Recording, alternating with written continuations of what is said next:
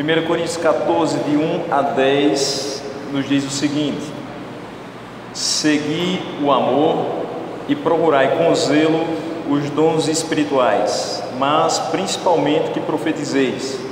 Pois quem fala em outra língua não fala a homens, senão a Deus, visto que ninguém o entende, e em espírito fala mistérios. Mas o que profetiza fala aos homens, edificando, exortando e consolando. O que fala em outra língua a si mesmo se edifica, mas o que profetiza edifica a igreja. Eu quisera que vós todos falasseis em outras línguas, muito mais, porém, que profetizasseis, pois quem profetiza é superior ao que fala em outras línguas, salvo se as interpretar, para que a igreja receba a edificação.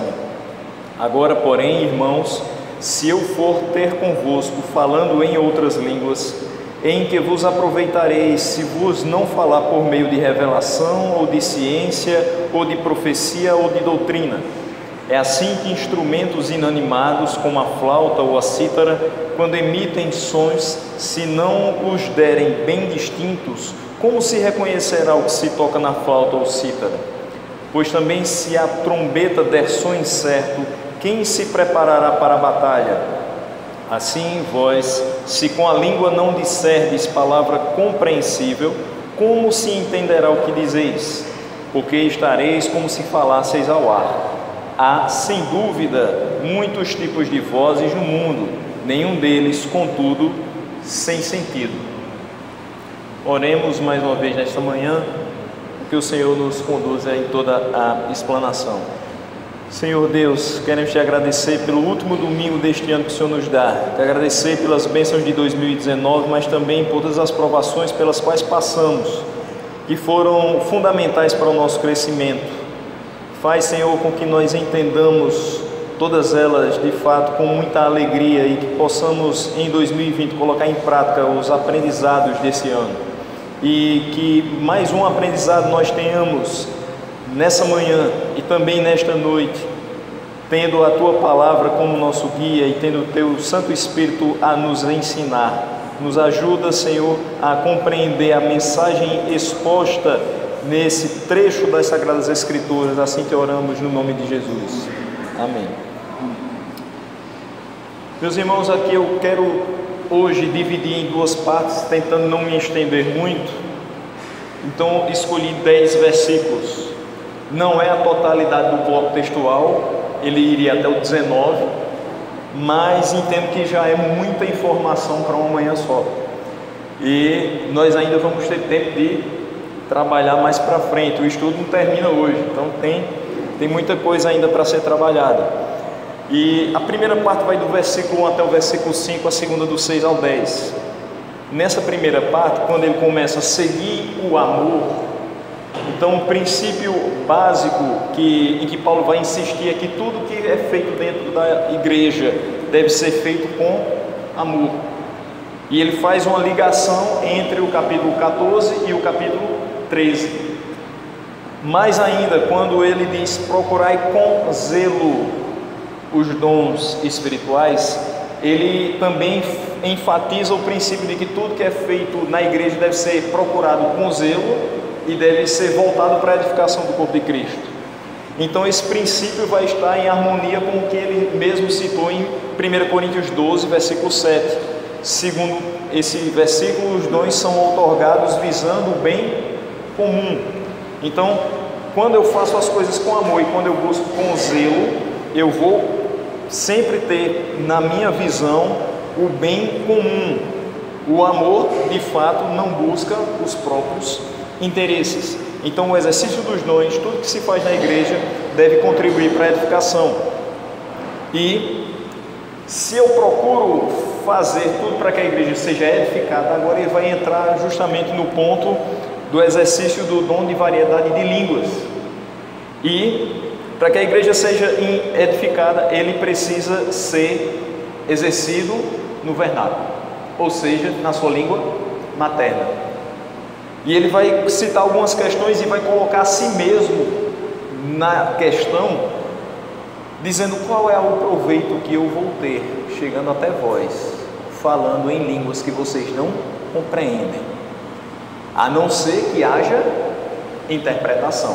Então ele vai mostrar mais uma vez que o dom de variedade de línguas não pode ser dissociado do dom de interpretação, mesmo que eu não o tenha, mas outra pessoa naquela comunidade deve ter, para que aí sim haja edificação quando eu exercer o meu dom de línguas.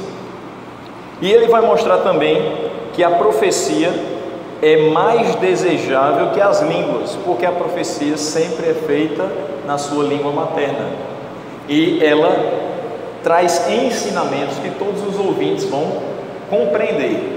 Não é necessário que haja uma segunda interpretação. Então é preferível, na visão de Paulo, que nós trabalhemos a palavra de Deus através da profecia, que a gente vai ver que é a pregação. Mas com isso ele não quer dizer que se exclui o dom de línguas. Ou seja, a profecia é preferível, é preferencial, mas não é exclusiva.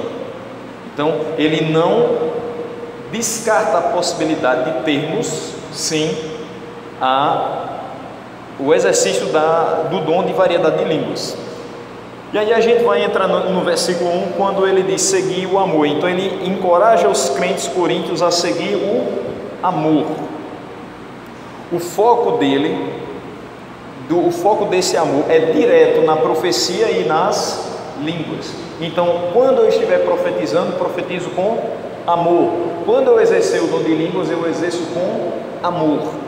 E ele diz: com zelo procurai os dons espirituais. Em outra versão, na NVI, ele vai dizer: desejai os dons espirituais.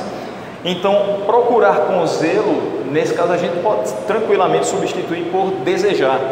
Ou seja, é algo que você pode desejar, mas a gente lembra o que já foi falado em outros capítulos anteriores. Por mais que você deseje, Deus só dá aquilo que Ele quer. Então eu posso desejar, eu posso querer contribuir com esse dom, mas eu não posso desconsiderar os outros talentos, os outros dons que Deus me deu, procurando só um. Então ele mostra em todo o tempo que os dons são extremamente úteis e que nenhum é maior do que o outro. A ideia aqui que ele quer nos transmitir é que o lugar dos dons na igreja deve ser o mesmo para qualquer um. Quando ele diz desejai os dons espirituais e não desejai o dom de línguas, ele está encorajando os cristãos de Corinto a buscar esses dons, e ele deseja que todos os dons que sejam concedidos à igreja de Corinto tenham o mesmo peso, todos estejam no mesmo patamar. Por quê? Porque era justamente esse o problema. Os que tinham determinados dons se sentiam superiores àqueles que não tinham. E Paulo queria que isso fosse eliminado, pelo entendimento de que todos os dons são necessários e que eles estão no mesmo patamar.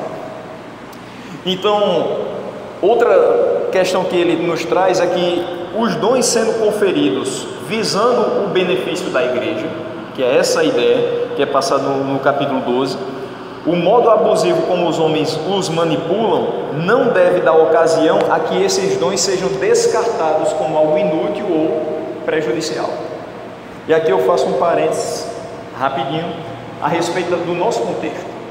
Igreja Evangélica Brasileira de 2019, quase 2020.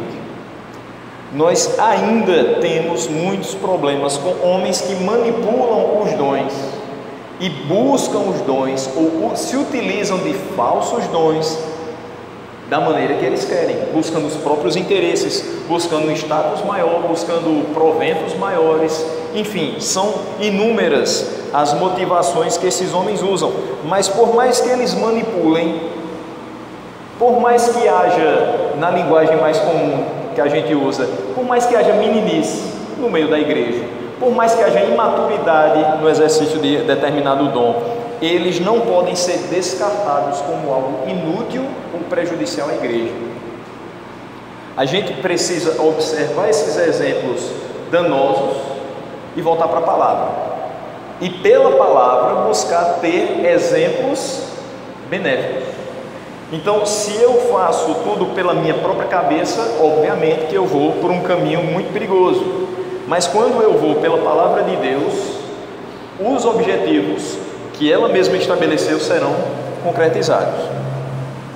Então, isso nos mostra que os dons são sim úteis e são sim muito benéficos para a vida da igreja, quando exercidos em amor e tendo como limite, como parâmetro a palavra de Deus. Nesse meio, ele também vai enaltecer a profecia acima dos demais dons, visto que nessa questão aqui a profecia era mais útil. Então, ele diz: busque com zelo os dons espirituais, mas principalmente que profetizeis.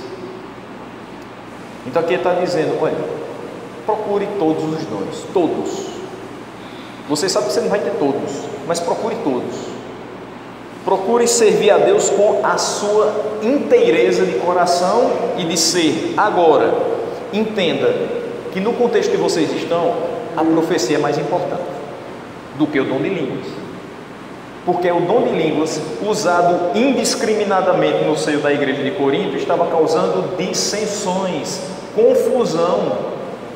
Ninguém estava chegando realmente a um denominador comum, a um crescimento espiritual. E aqui o que ele quer é justamente tirar, meio que aparar algumas arestas criadas por isso, para que a igreja possa crescer.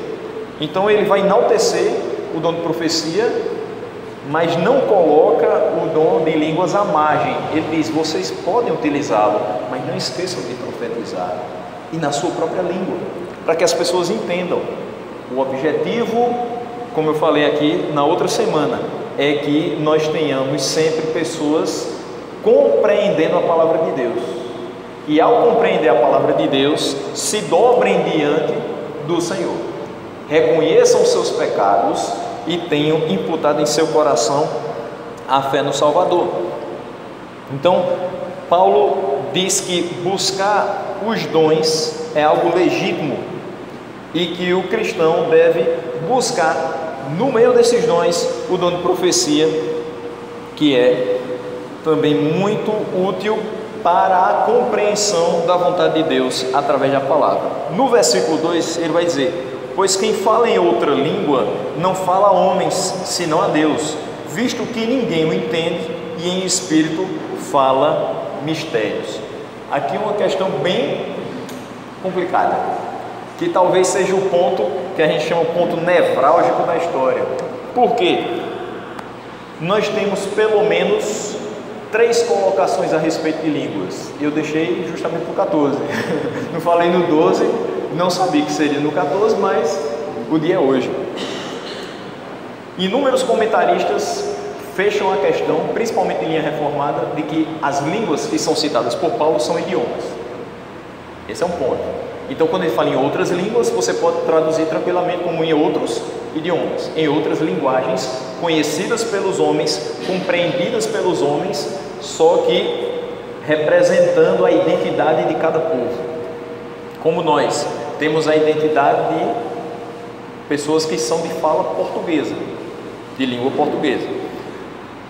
Já outros comentaristas entendem que essas línguas seriam línguas estáticas, estáticas com X, não estática com S, né? Quando a gente às vezes passa uma bexiga de plástico no cabelo, né?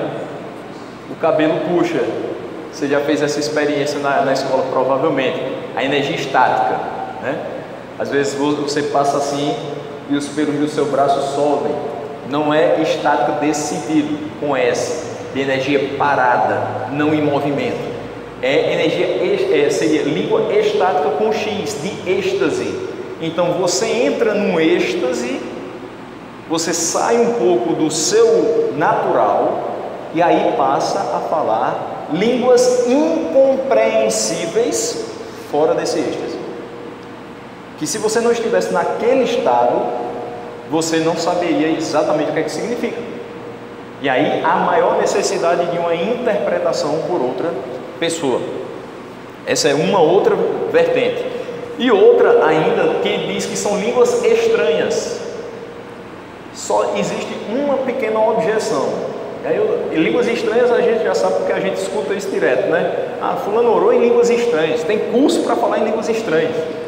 Mas não existe na Bíblia, pelo menos nas versões que eu pesquisei, a expressão línguas estranhas. Existe em outras línguas, existem em línguas variadas, mas não existem línguas estranhas. Existem línguas estrangeiras, talvez a palavra mais próxima, estrangeiro de estranho, mas não existem línguas estranhas.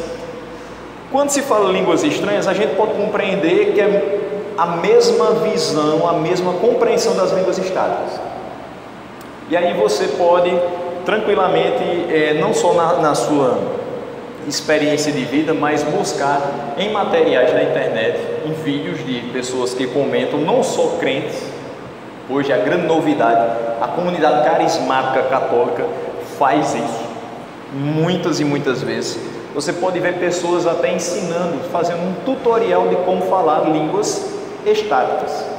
E me lembro perfeitamente, não trouxe porque eu não vou gastar muito tempo com isso, mas tem um vídeo de um padre lá de São Paulo, que ele, eu acho que é da Canção Nova mesmo, que agora passa até aqui na TV aberta em Campina Grande, que ele fala em 2 minutos, sabe como é que a gente fala línguas estranhas? Assim, e ele começa a falar, e ele está olhando para a câmera, então ele não está em estado de êxtase, e ele fala, e ele pergunta, você entendeu? Provavelmente não, nem eu. Tá, até aí tudo bem, ele não precisa compreender porque outra pessoa deveria ter o dom de interpretação, eu estou pegando leve com ele. Mas aí vem o segundo ponto, é quando ele diz, então você também pode começar a fazer agora na sua casa, faça como eu estou fazendo. E ele continua falando a mesma coisa que eu tinha falado antes. Então, fechando esse parênteses, se eu começo a falar alguma coisa e eu digo a você que você pode falar do mesmo jeito, então por que eu tenho que ter o dom se você pode reproduzir do mesmo jeito?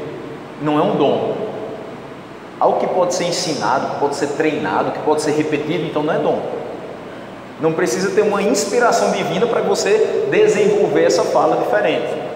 Começa por aí. Segundo, se eu falo uma mensagem e daqui a pouco eu continuo falando a mesma coisa, as mesmas palavras, a mesma entonação, o mesmo ritmo de fala, então as mensagens se repetem, não há nada de novo. Imagine que você chega num culto onde a pessoa exerceu esse dom e entregou uma mensagem. Daqui a 15 dias você vai no mesmo local, a mesma pessoa fala a mesma coisa e você compreende foneticamente que a palavra foi igual. Chega outra pessoa e interpreta de modo diferente. Você vai dizer, peraí, a mensagem foi igual, o som produzido foi o mesmo, e como é que agora tem palavras diferentes na interpretação? Esse é um grande ponto no exercício de variedade de línguas. É quando nós percebemos, com o passar do tempo, que as pessoas que o utilizam de uma forma não bíblica são repetitivas. São meio que frases feitas, frases decoradas, que vão soar uma coisa, mas que no final não vão transmitir absolutamente nada. Então, particularmente quando eu olho para o texto de Paulo, em primeira carta de Paulo aos Coríntios, eu tendo a observar essas línguas como sendo idiomas. E durante a exposição desses próximos versículos, do 3 ao 10, a gente vai ver o porquê. Mas eu não quero que você se sinta obrigado a crer da mesma forma. Eu não estou fechando a questão. Por quê? Porque eu também não vou ser aqui radical ao ponto de dizer que não há manifestações divinas em que eu possa falar alguma coisa que eu não compreendo e que você não compreende, mas que Deus pode capacitar outra pessoa a interpretar. Então, não sou totalmente fechado à questão das línguas estáticas, mas eu aqui, nesse texto, abraço mais a questão dos idiomas. E aí vamos lá, quando ele diz, pois quem fala em língua desconhecida não fala homens. A expressão pode ser compreendida da seguinte forma, ele fala a si próprio e às paredes. Eu estou falando em outra língua. Você que está citado vai dizer assim: parece que o pastor está falando grego. Talvez se eu falasse grego alguém entendesse, se fez seminário, se fez cadeiras de grego bem feitas e compreendesse. Mas esse não é o objetivo, que você compreenda grego. O objetivo é que você compreenda a palavra. Por isso que nós temos a palavra em língua portuguesa, os comentaristas estão em língua portuguesa, e você tem tudo hoje à sua disposição na sua língua. Por isso que muitos e muitos homens e mulheres de Deus se afadigaram em traduzir esta palavra, para que chegasse a cada língua. Então, quando eu falo em língua desconhecida, essa é a expressão, em outra língua, não fala homens. Eu não estou falando numa linguagem compreendida pelos homens. Então é como se eu falasse para mim mesmo e para as paredes. Não vai haver compreensão. Mas aí a razão pela qual ele não fala a homens, senão a Deus, é porque ninguém entende. Ele, seguindo aqui no versículo, diz: visto que ninguém o entende. Se ninguém o entende, a comunicação está sendo estabelecida? Não. Se a comunicação não está sendo estabelecida, a mensagem não está sendo compreendida. Se a mensagem não está sendo compreendida, o objetivo não está sendo alcançado do exercício do dom. Então ele diz, se ele fala a homens é porque ninguém entende, ou seja, as palavras não podem ser distinguidas. Pega uma criança de 1 ano, ela está começando a falar normalmente, e ela vai começar a balbuciar algumas coisas, mas você não distingue as palavras que ela fala. Às vezes ela vai falar alguma coisa e você vai tentar associar com alguma palavra parecida com o som que ela emite, mas não é exatamente aquilo. E aí, dependendo da similaridade entre algumas palavras, você pode compreender uma coisa quando ela estava querendo outra. Imagine isso na nossa vida cristã. Alguém transmite uma mensagem em uma linguagem totalmente desconhecida, nós nos esforçamos para associar aquilo com a nossa própria língua e entendemos determinada coisa, quando de fato a vontade de Deus é outra. Então a orientação vai acabar levando a igreja para um caminho, quando Deus está ordenando outro caminho. Resumo: estaremos em desobediência ao Senhor por não compreender a mensagem transmitida. Isso é prejudicial. O dom de línguas não é prejudicial, mas o mau exercício, sim. Falar em língua desconhecida sem o devido cuidado, sim. Então todos ouvem um som, mas não conseguem entender o sentido da linguagem. Imagine que chegasse aqui uma pessoa que estivesse fazendo missões na Alemanha. Alguém aqui sabe falar alemão? Não. Se não tivéssemos um tradutor simultâneo aqui, ou se não tivéssemos pelo menos fones de ouvido com tradução simultânea, teria compreensão da mensagem? Não, a pessoa podia falar 1 hora, era 1 hora perdida, porque ninguém compreendeu a linguagem. Mas aqui ele faz uma colocaçãozinha que pode nos ajudar a entender por que a pessoa fala a si mesma. Qual o sentido de falar a si mesmo? Ele diz: se não a Deus, visto que ninguém o entende, e em espírito fala mistérios. Eu não sei como é que está aí na sua Bíblia. Se ela for revista atualizada, provavelmente ela vai estar igual a minha, que também é revista atualizada. Espírito com letra minúscula e mistérios também com letra minúscula. Ou seja, ela não está falando pelo Espírito de Deus, ela está falando pelo próprio Espírito. Então, quando alguém exerce o dom sem que haja interpretação, sem que haja compreensão, ela está falando a si mesma e por si mesma. Ela não está falando por intermédio de Deus para o povo de Deus. Quando eu falo por intermédio de Deus, a mensagem é compreendida por mim e é passada para que os outros também a compreendam. Eu não posso guardar aquilo para mim ou tentar fazer de alguma forma que as pessoas não entendam. E aí por isso que ele usa o Espírito com minúsculo, porque se eu falo pelo Espírito de Deus, é natural que haja compreensão, porque quem ouve também ouve pelo Espírito de Deus. Porque nós pedimos que o Espírito de Deus nos encaminhe, nos conduza numa ministração como essa?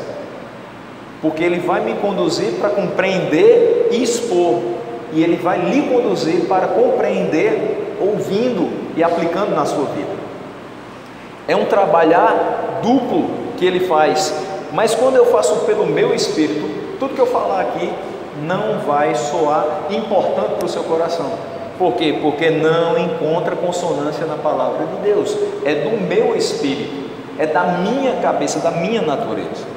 Então, Crisóstomo, um dos pais da igreja, colocou o seguinte: se esse espírito fosse com E maiúsculo, seria por meio de um dom espiritual. Então, alguém que fala em mistérios está falando a Deus, não aos outros, ninguém entende, mas está falando através de um meio espiritual, através de um dom espiritual. Fala mistério e coisas que permanecem secretas e que, portanto, não trazem nenhum proveito. Você já escutou a expressão assim: meu irmão, não adianta você ir atrás para entender, é mistério de Deus. Você já escutou essa expressão? Mas por que mistério? Ou porque a pessoa não sabe explicar, ou porque aquilo permanecerá em secreto. A pessoa pode não querer dizer. Então, é mistério, vai permanecer mistério e você não vai compreender.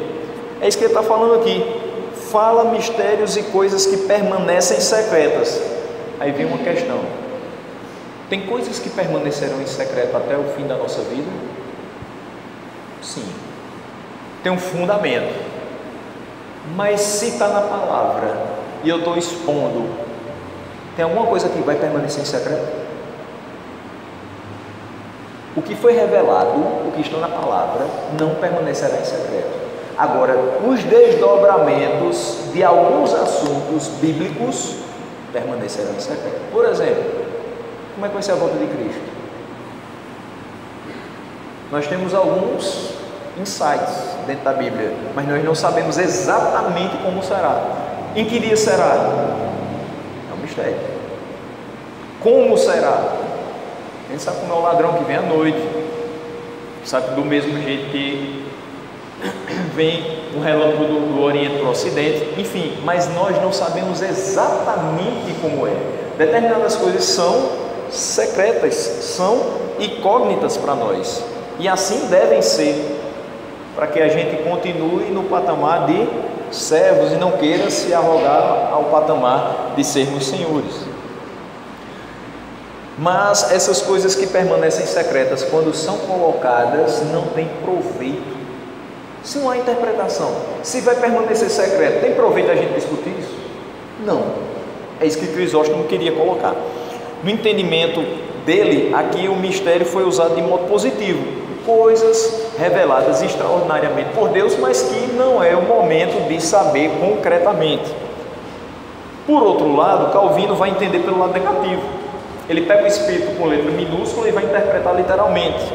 E ele vai dizer que esses mistérios do meu próprio Espírito são expressões ininteligíveis, são confusões, expressões confusas, enigmáticas, como se Paulo tivesse escrito: ninguém entende uma só palavra do que ele diz. Imagine que eu parasse aqui no meio de uma pregação e começasse a falar em línguas, e que você não conhece, e que eu também não conheço, que ninguém fizesse interpretação. Você poderia tranquilamente dizer: ninguém está entendendo uma só palavra do que ele diz. Da mesma forma que algo que permanece secreto, não haveria edificação, não haveria proveito. E a gente precisa compreender o seguinte: a mensagem dada por Deus através do exercício do dom de variedade de línguas busca um fim proveitoso. Se busca um fim proveitoso, principalmente é voltada à edificação de quem ouve a mensagem. Se não há como compreender, pois quem fala a si mesmo, o mistério não é revelado e não se entende como mensagem trazida por Deus, mas como fruto da elaboração humana. Daí o seguinte: não sei se faz parte da sua vivência dentro da igreja evangélica. porque nós viemos de locais diferentes e vamos crescendo como comunidade, mas tendo um histórico de vida um pouco diferente. Mas já tive a oportunidade de estar em locais que pessoas batiam no peito e diziam assim: eu sou profeta levantado por Deus e eu tenho uma mensagem para você. Ok.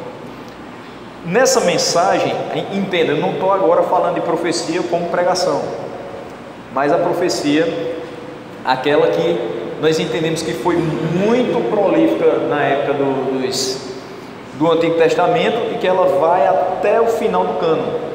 Depois disso, não há mais revelações especiais, novas, que a gente vai introduzir aqui. E aí essa pessoa diz o seguinte: olha, o que eu tenho para você é que Deus vai te dar uma surpresa, e vai ser amanhã. E você fica na expectativa: Deus tem uma surpresa para mim, e vai ser amanhã. Pois é, a gente há de convir que Deus tem uma surpresa para você, é uma coisa extremamente vaga. Porque a surpresa pode ser: você vai ganhar um prêmio. E a surpresa pode ser: você vai para o céu hoje. A surpresa pode ser: bom, aquela causa na justiça que estava travada, o juiz deu andamento e foi julgado procedente para você. E pode ser também uma multa do DENIT que chegou na sua casa. São surpresas. Tudo na vida é uma surpresa, porque a gente não sabe o dia de amanhã. O amanhã é mistério. Então, existem coisas que são faladas muitas vezes sem muita, vamos dizer assim, sem muita preocupação em pensar, sem muito pensamento, que são mensagens fruto da elaboração humana. Eu quero que isso aconteça com você. Eu quero que você receba um bom salário. Eu quero que você mude de trabalho e tenha mais tempo para vir para a casa de Deus. Eu quero que você finalmente saia do aluguel e compre sua casa própria. Eu quero que sua saúde melhore. Eu quero que seu filho volte para a casa de Deus. Eu quero muita coisa. Mas isso não quer dizer que a minha vontade está em conformidade com a vontade de Deus. Os meus anseios podem não ser as mesmas preparações que Deus fez para mim. Na maioria das vezes elas não são, porque a gente olha o aqui e o agora. Deus tem todo o plano perfeitamente construído, Ele não é pego de surpresa. Então essas coisas muitas vezes são mais para confundir a nossa compreensão do que para fortalecer a nossa fé. Pelo contrário, muitas vezes pessoas se decepcionam porque a surpresa que veio não foi boa. Então, tem que se ter um cuidado muito grande. Se essa pessoa fala em espírito mistérios, se esse espírito é o Espírito de Deus, haverá necessariamente uma interpretação para que a igreja seja edificada. Se essa pessoa fala em espírito, com letra minúscula, fala de si mesmo e para si mesmo.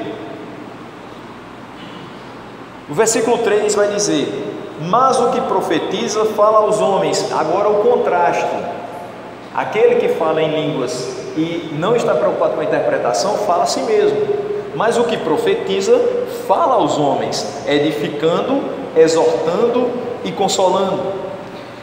E aqui está justamente o ponto-chave para entender que essa profecia é a pregação da palavra. O que é que nós fazemos quando profetizamos? Nós repassamos, expomos, explicamos a mensagem de Deus claramente aos ouvintes e numa linguagem que pode ser compreendida. Eu estou falando em português e você está compreendendo. Assim espero. E nós precisamos falar da maneira mais clara possível, alcançando todas as pessoas, fazendo com que todas elas tenham a oportunidade de concluir algo a respeito do que foi ensinado. Então Paulo vai contrastar as línguas com a profecia, mostrando que o objetivo é compreensão para edificação. Você se levantou hoje, no último domingo do ano, e eu também, com um objetivo. Você pode dizer adorar a Deus, sim, mas para adorar a Deus você precisa compreendê-lo.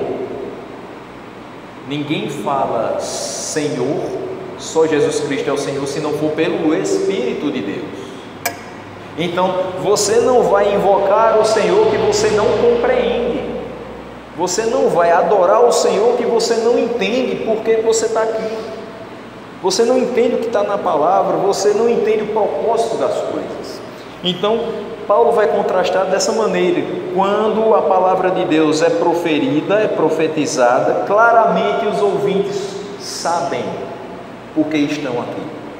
Claramente eles sabem o que devem fazer e o que não devem fazer, o que devem buscar de Deus e o que não é lícito buscar de Deus.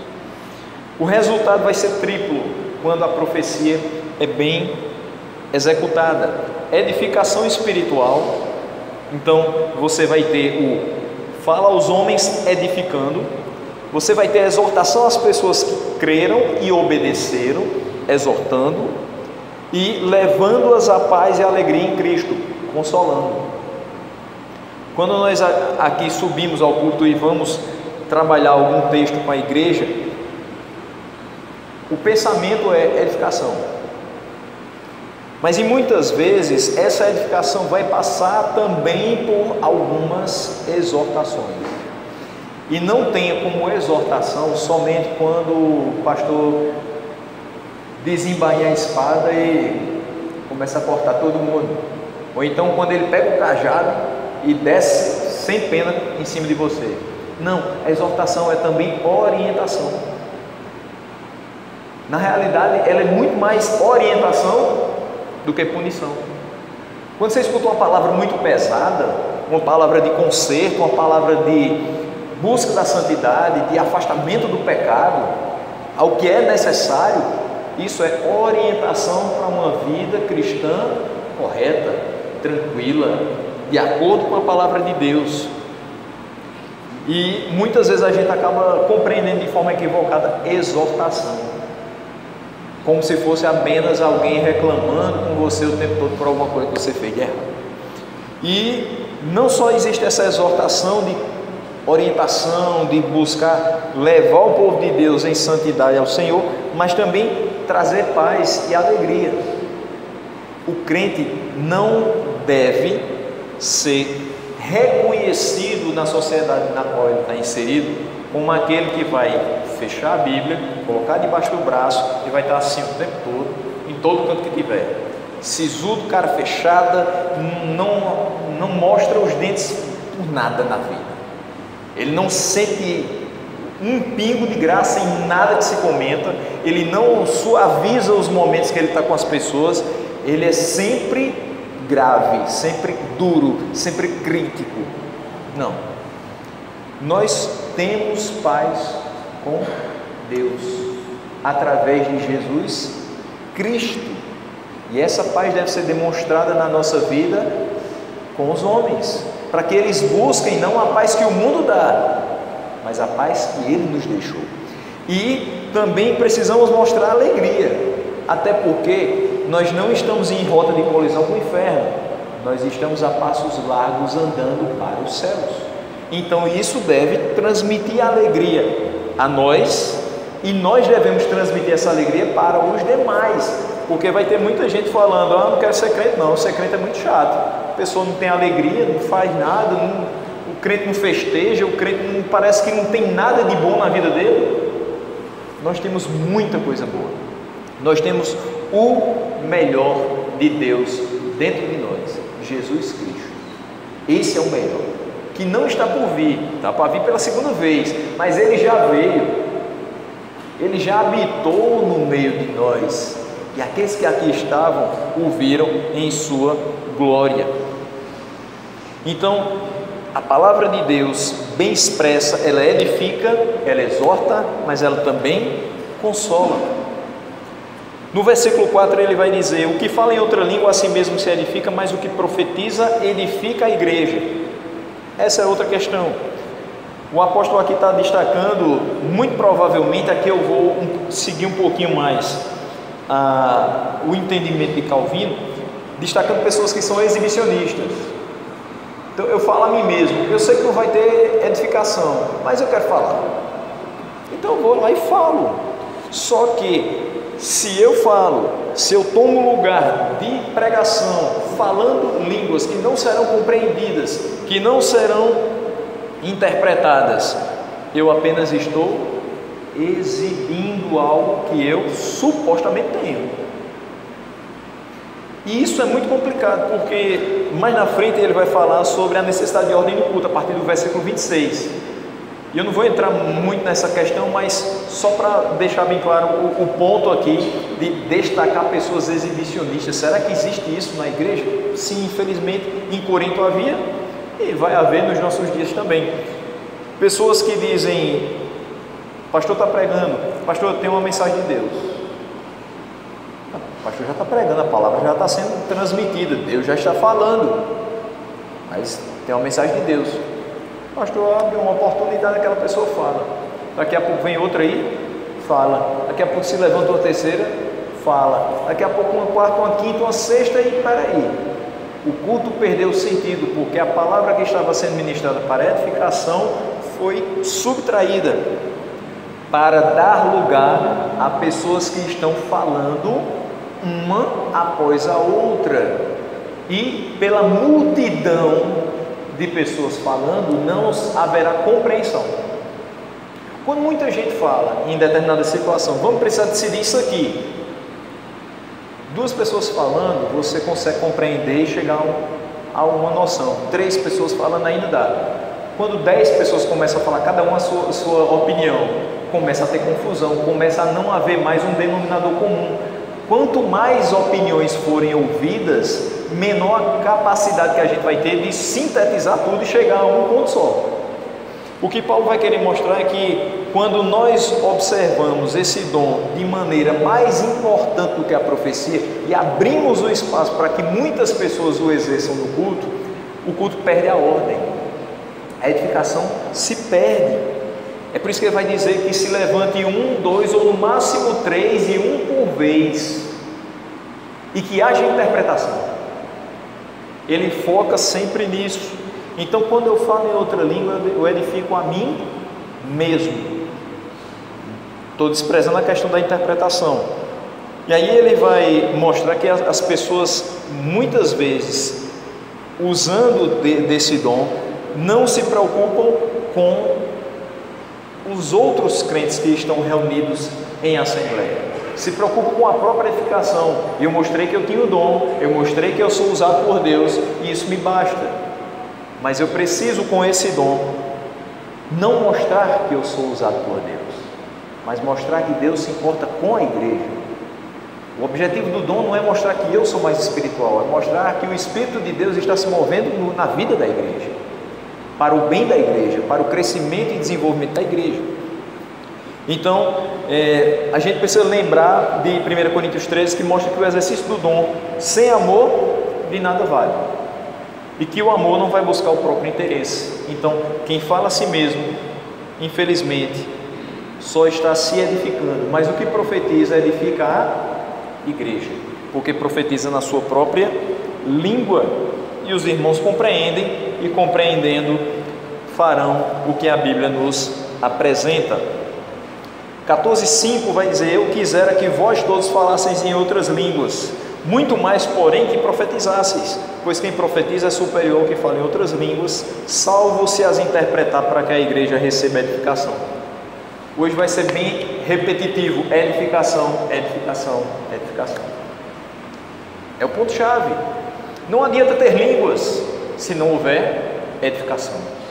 Para que haja edificação tem que haver interpretação. Então o que ele vai colocar aqui? Ele está se referindo a todas as línguas, todos os idiomas. Nós já falamos aqui que não dá para ter todos os dons e que não dá para saber todos os idiomas. Paulo disse: ainda que eu falasse a língua, todas as línguas dos homens e até a língua dos anjos, provavelmente não existe. Se eu não tivesse amor, Eu seria como o bronze que soa, como o símbolo que retine. Então, eu não vou compreender, entender todas as línguas. Mas ele está dizendo, eu bem gostaria que vocês falassem outras línguas. Todos vocês. Ou seja, eu bem gostaria que todos vocês de Corinto soubessem outros idiomas. Por quê? Qual a razão de saber um outro idioma? E aqui eu posso falar como professor, porque quantas e quantas vezes eu dizia, pessoal, preste atenção. Inglês é extremamente importante para a vida de vocês, para a profissão de vocês. Aí sempre tinha um que dizia, professor, eu nunca vou para os Estados Unidos. Tá, você não vai para os Estados Unidos, mas talvez um concurso, essa qualificação a mais que você tenha pode gerar algum rendimento, pode ser um diferencial na entrevista, enfim. E na questão do reino de Deus, saber outro idioma, seja ele inglês, espanhol, italiano, japonês, francês, alemão, enfim, é importante para missões. Me lembro que no ano de 2010, um grupo muito próximo meu foi para a Bolívia. E faltando 2 meses, esse grupo correu para aprender espanhol. E esse grupo, para aprender espanhol em 2 meses, eu sabia, como professor de línguas, que não dava para aprender em 2 meses. Como sei que em 6 meses de intercâmbio você não sai falando fluentemente inglês, você perde seu dinheiro e apanha um bocado lá no estrangeiro.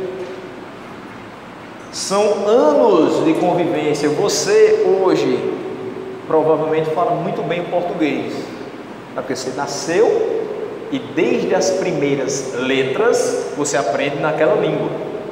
Começa agora a aprender uma nova língua, a dificuldade é bem maior. E quanto maior é a dificuldade da língua, mais tempo eu preciso gastar para aprendê-la. Então como é que eu vou fazer missões sem saber a língua do local onde eu vou? Eu não vou me atrever a ir para qualquer canto da América do Sul, a não ser a Guiana Inglesa. Mas tirando ela, não. Por quê? Porque eu não sei espanhol. O que eu vou fazer lá? Gestos? Ou ficar andando o tempo todo com o intérprete? Ou interpreta aí para o rapaz que eu estou evangelizando, eu quis dizer isso.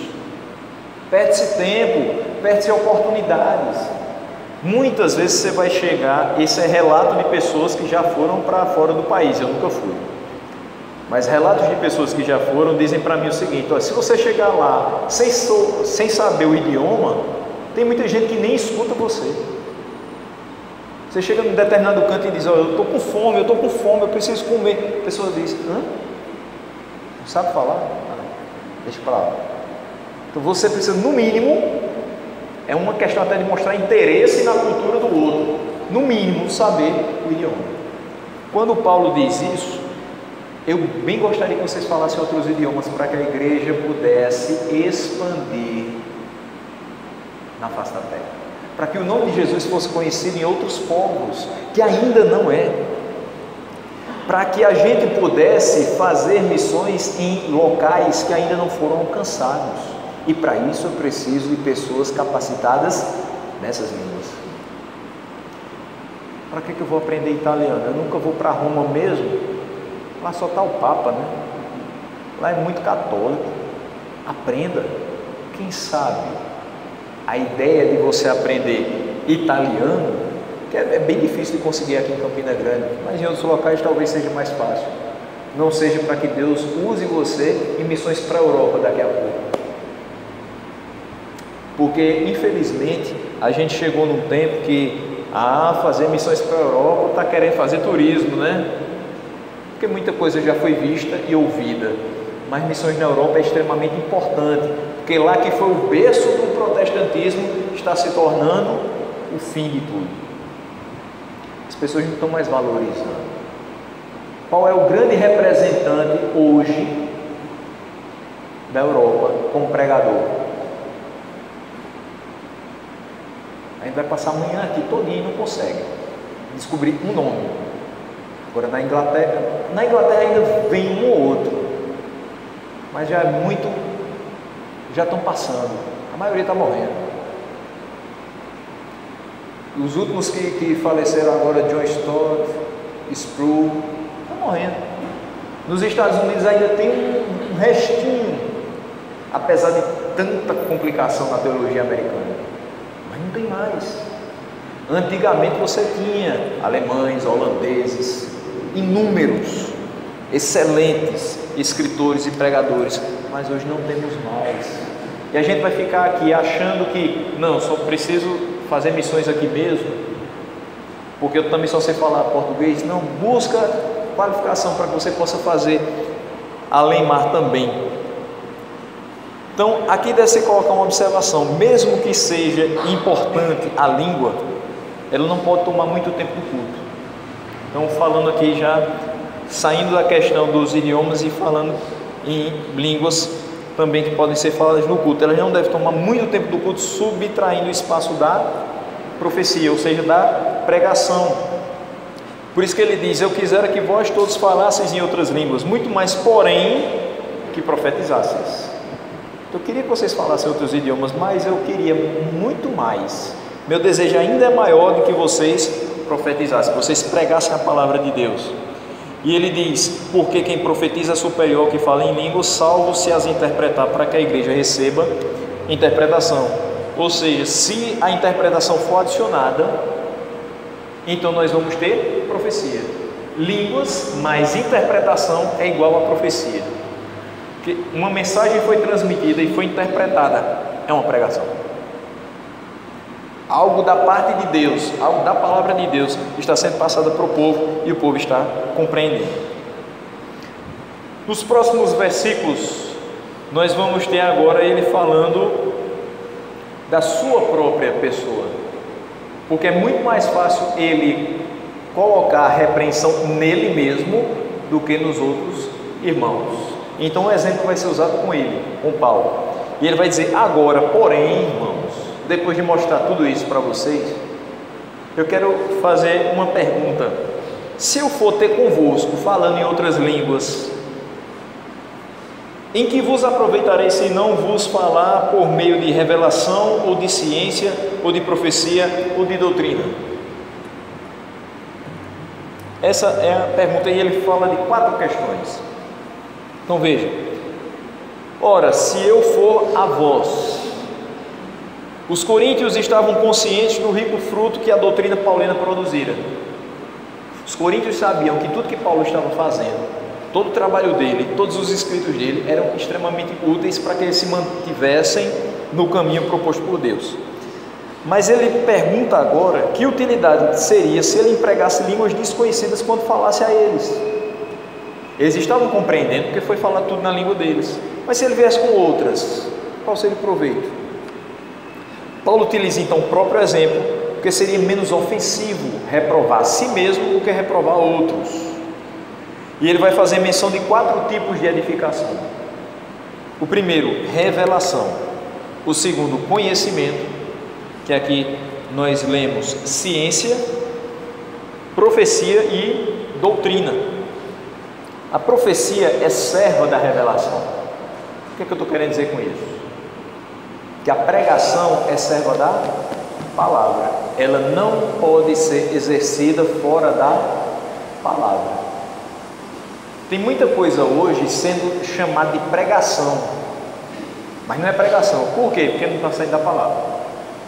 Se eu chego aqui e nem leio a Bíblia e começo a falar um bocado de coisas do dia a dia, dos conflitos internos da pessoa, da forma como algumas pessoas estão enfrentando problemas psicológicos, emocionais, eu estou fazendo tudo menos pregando a palavra. Pregação sai da Bíblia e não foge dela, não foge dela. Então hoje a gente, por exemplo, tem um levante muito grande da chamada agora teologia do coaching, que não é teologia. Por quê? Porque ela não tem base em Theos, Deus. Não tem base na palavra de Deus. Eu chegar para você e dizer que você é um campeão, que a força está dentro de você, é a teologia do Star Wars, não a teologia da Bíblia. Coaching não leva ninguém para o céu, leva para dentro de si. E o que nós precisamos não é uma introspecção para ver a força que está dentro da gente, é uma introspecção para ver o pecado que está dentro da gente que tem que sair, tem que ser confessado, tem que ser perdoado. Mas, infelizmente, quando nós observamos a profecia dissociada da revelação, é isso que acontece. A profecia é serva da revelação. Da mesma forma vai se aplicar o conhecimento e a doutrina. O conhecimento é servo da doutrina. Quando nós aqui somos expostos à doutrina, conhecemos então aquilo que é a vontade de Deus. Eu vou para determinada reunião porque lá tem uma pessoa que revela tudo, até o CPF, quanto mais a vontade de Deus. Não, quer saber a vontade de Deus? Abra a palavra. Quer escutar a voz de Deus? Ouça a palavra. Quer seguir os seus passos do jeito que Deus quer que você siga? Siga então as palavras da Bíblia Sagrada. Aqui nós temos tudo que é suficiente para viver uma vida com Deus. Então, tudo que é obtido por meio de revelação é difundido por meio da profecia. Tudo que nós temos extraído daqui tem que ser passado através da pregação. Assim, o profeta é o intérprete e o ministro da revelação. O que nós estamos fazendo aqui é interpretando as palavras da Bíblia e estamos ministrando ela, trazendo de uma maneira compreensível algo extremamente complexo. E esse assunto é bastante complexo.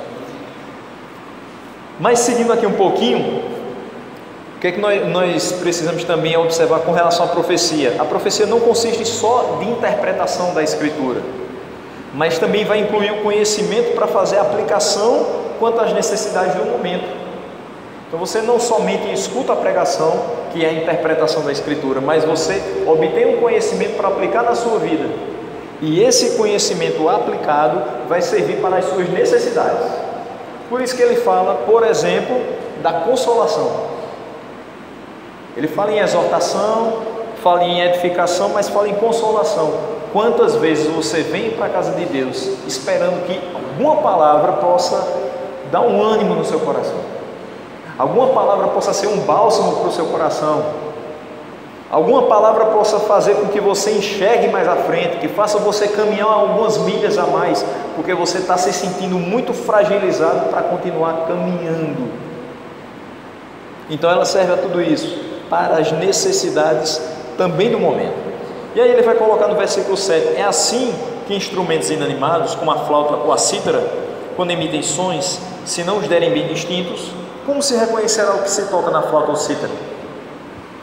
Então ele vai começar a introduzir algumas questões similares. A primeira delas, os instrumentos musicais. Ele vai dizer: todo som tem uma característica peculiar. Apesar de serem instrumentos de corda, mas se eu escuto o som da guitarra, é diferente do som do baixo, que vai ser diferente do som de um piano. Mas os três são de corda, mas os três têm sons diferentes. E por que tem sons diferentes? Para que na junção dos diferentes sons haja uma coisa maravilhosa chamada harmonia. Que na construção de uma melodia, se não tiver harmonia, fica muito difícil de a gente sentir agradado por aquele som.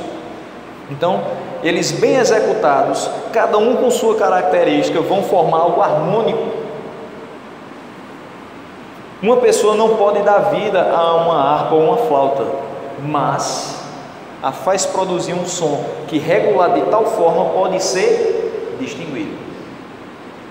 Se com os sons de objetos inanimados nós precisamos regular de tal forma que eles possam ser distinguidos, imagine com relação a esse dom que Deus nos dá de falar em outras línguas. Eu preciso falar de maneira tal que o que eu falo possa ser distinguido. Mesma forma dos objetos inanimados. No versículo 8 ele fala sobre a questão da trombeta para a batalha. Pois também se a trombeta der som incerto, quem se preparará para a batalha? Ele não está aqui hoje, né, Daniel? Mas Daniel é do exército.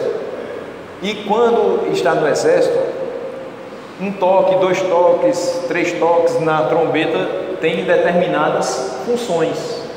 Um toque mais longo, que eles chamam, às vezes, pelo menos na questão de trânsito, eu aprendi que era silvo no apito. Então, um silvo curto, um silvo longo, 2, 3, cada forma de utilizar aquele instrumento vai ter uma orientação, um comando diferente. Se eu tocar de maneira errada, eu dou o comando errado, a tropa faz errado. Então, quem ao escutar o comando errado da trombeta vai se preparar para a batalha. Se não se prepara, é alvo fácil do inimigo. Essa também é uma das questões. Você percebe, pela graça de Deus, que aqui nós falamos muito pouco de diabo. A gente fala muito mais de Deus, 95% do tempo de Deus, e graças a Deus por isso. Mas a gente não despreza que o crente enfraquecido, sem se preparar para a batalha, é alvo também do adversário. E se eu escuto o som da trombeta de maneira incerta, sem distinguir, ou seja, se eu não distingo o que está sendo pregado, eu não me preparo para aquilo que eu vou enfrentar mais à frente. Se eu não estou abastecido dessa palavra, eu sou vulnerável às ações malignas. E eu preciso estar o tempo todo com a palavra de Deus muito bem presente na minha mente, no meu coração e também na minha boca para poder testemunhar dela. Os judeus que estavam aqui presentes em Corinto eram familiarizados com o uso do chifre do carneiro na preparação das batalhas, aquilo que eles chamam de shofar. Então, não somente para batalhas, se usa para várias outras questões, mas quando ele era tocado, a tropa se colocava a postos para poder avançar ou, se não, recuar, dependendo da situação da batalha. Nesse caso também as notas soadas transmitiam uma mensagem. No versículo 9 ele vai dizer: assim vós, se com a língua não disserdes palavra compreensível, como se entenderá o que dizeis? Porque estareis como se falasseis ao ar. Então, comparando com a trombeta para a batalha, comparando com os instrumentos musicais que precisam dar o seu tom certo, que precisam ser harmônicos para que a mensagem seja passada, ele também diz que se nós não falarmos na língua compreensível, não seremos compreendidos. Não haverá edificação, a não ser que haja interpretação.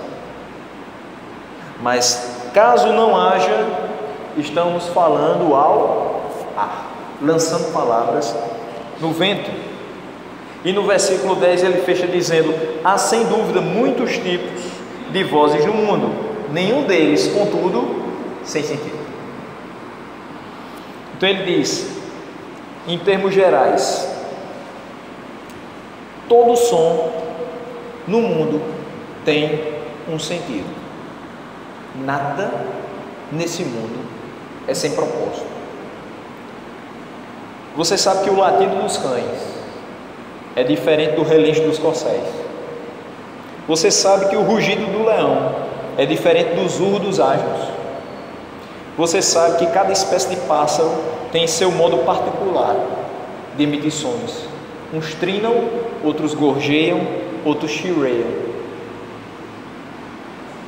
E você vai observando tudo isso. Se toda a ordem da natureza, como designada por Deus, nos convida a observar uma distinção, então por que não haveria distinção dos sons que falamos quando transmitimos uma mensagem, para que eles possam ser compreendidos? Então ele mostra que o dom de profecia é superior ao dom de línguas. Por quê? Porque nós temos sempre a profecia sendo tratada na língua materna, na língua compreensível, buscando a edificação. O dom de línguas pode ser utilizado? Sim, mas tem uma chave para ele. Ele precisa ser associado à interpretação. Por quê? Para que ele atinja o mesmo objetivo do dom de profecia? A edificação. Então, resumindo, temos a possibilidade das duas coisas? Sim. Até porque, como eu falei, aquela pequena fórmula, línguas mais interpretação, tranquilamente, é igual a profecia. A mensagem é transmitida, a palavra é pregada, as pessoas compreendem, Deus é glorificado através disso. Língua sem interpretação, eu edifico a mim mesmo, não há edificação da igreja, e com isso, dificilmente Deus é glorificado. Porque eu acabo buscando a glória para mim, a edificação para mim. E o mais importante, por que eu não vou buscar o dom para mim, a glória para mim e a edificação para mim? Porque o exercício dos dons me foi ensinado que deve ser feito com amor. E o amor não busca o próprio interesse. Pelo contrário, busca o bem comum. É para um fim proveitoso. E esse fim proveitoso, além da edificação do corpo de Cristo, é a glória de Deus. Meus irmãos, aqui eu paro para que a gente possa expor as perguntas, né? Se possível, respondê-las e dizer que foi um enorme prazer expor esses últimos meses, nos domingos pela manhã, temas tão complicados, tão desafiadores, mas que são necessários para o nosso conhecimento. Isso faz com que a gente vá evoluindo na nossa caminhada cristã.